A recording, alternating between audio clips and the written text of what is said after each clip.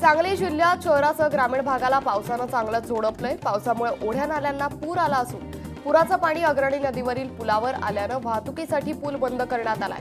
तसंच खरीपावरही संकट आल्यानं शेतकरी चिंतेत आहे। यवतमाळमध्ये आज पावसानं जोरदार हजेरी लावली आहे। पावसामुळे नागरिकांची तारांबळ उडाली असून उकाड्यापासून काहीसा दिलासा मिळालाय। उभ्या पिकासाठी पावसाची वाट पाहणारे शेतकरीही आनंदित झालेत। रायगड जिल्ह्याच्या काही भागात पावसानं पुन्हा दमदार हजेरी लावली आहे। यामुळे उकाड्यापासून हैराण झालेल्या नागरिकांना दिलासा मिळालाय। या पावसामुळे शेतकरी वर्गातून समाधान व्यक्त केलं जातंय।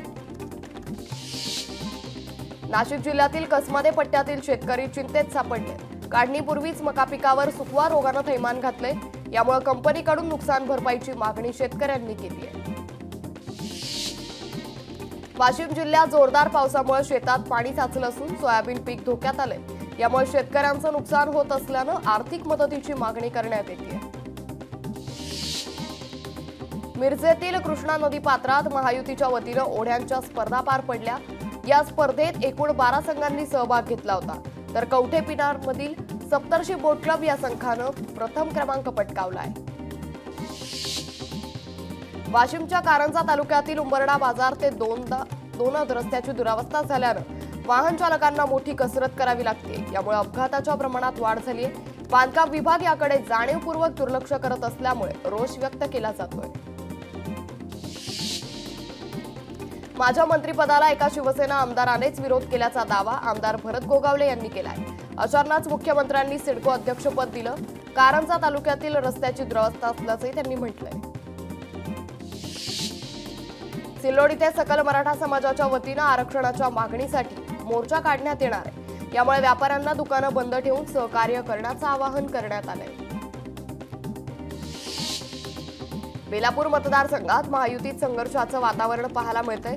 बेलापूरमधून विधानसभेच्या तिकिटासाठी आमदार मंदा म्हात्रे आग्रही आहेत। तुमची लाडकी बहीण इथे आहे, तिला आशीर्वाद द्या असं म्हणत मंदा म्हात्रेंनी सूचक वक्तव्य केलंय। चंद्रपूरमध्ये काँग्रेसची विभागीय बैठक आज आयोजित करण्यात आली आहे। बैठकीत मतदारसंघनिहाय आढावा घेतला जाणार असून विधानसभेच्या रणनीतीवर चर्चा होणार आहे। नाना पटोले, विजय वडेट्टीवारांसह प्रमुख नेते उपस्थित राहतील। वाशिम जिल्ह्यात वादळी वारा, विजांच्या कडकडाटासह जोरदार पावसानं हजेरी लावली आहे। यामुळे शेतकऱ्यांच्या हातातोंडाशी आलेलं पीक पाण्याखाली गेलंय। सोयाबीन आणि तूर पिकांचंही मोठ्या प्रमाणात नुकसान झालंय। जालन्याच्या परतवाडी ग्रामपंचायतीमध्ये भ्रष्टाचार झाल्याचा आरोप माजी सरपंचांनी केलाय। ग्रामपंचायतीमध्ये 6.5 कोटींचा भ्रष्टाचार झाल्याचा आरोप आहे। आमदार बबनराव लोणीकरांमुळे कारवाई होत नसल्याचा आरोपही करण्यात आलाय। नागपूरच्या कळमना एपीएमसी मार्केटमध्ये कोट्यावधीचा भ्रष्टाचार झाल्याचा आरोप करण्यात आलाय। या प्रकरणी भाजप नेते गिरीश व्यास यांनी उपमुख्यमंत्री देवेंद्र फडणवीसांकडे तक्रार केली आहे। राज्य मंत्रिमंडळाची आज दुपारी 12 वाजता मंत्रालयात महत्त्वाची बैठक पार पडणार आहे। या बैठकीत राज्यातील पीक पाहणीचा आढावा घेतला जाणार आहे, तर आरक्षणाबाबत काही निर्णय होणार का याकडे लक्ष लागलंय।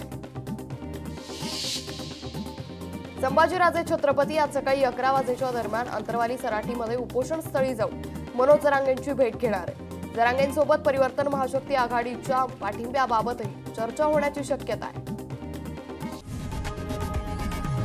लोकशाही मराठी ऐका, पहा, जागरूक रहा।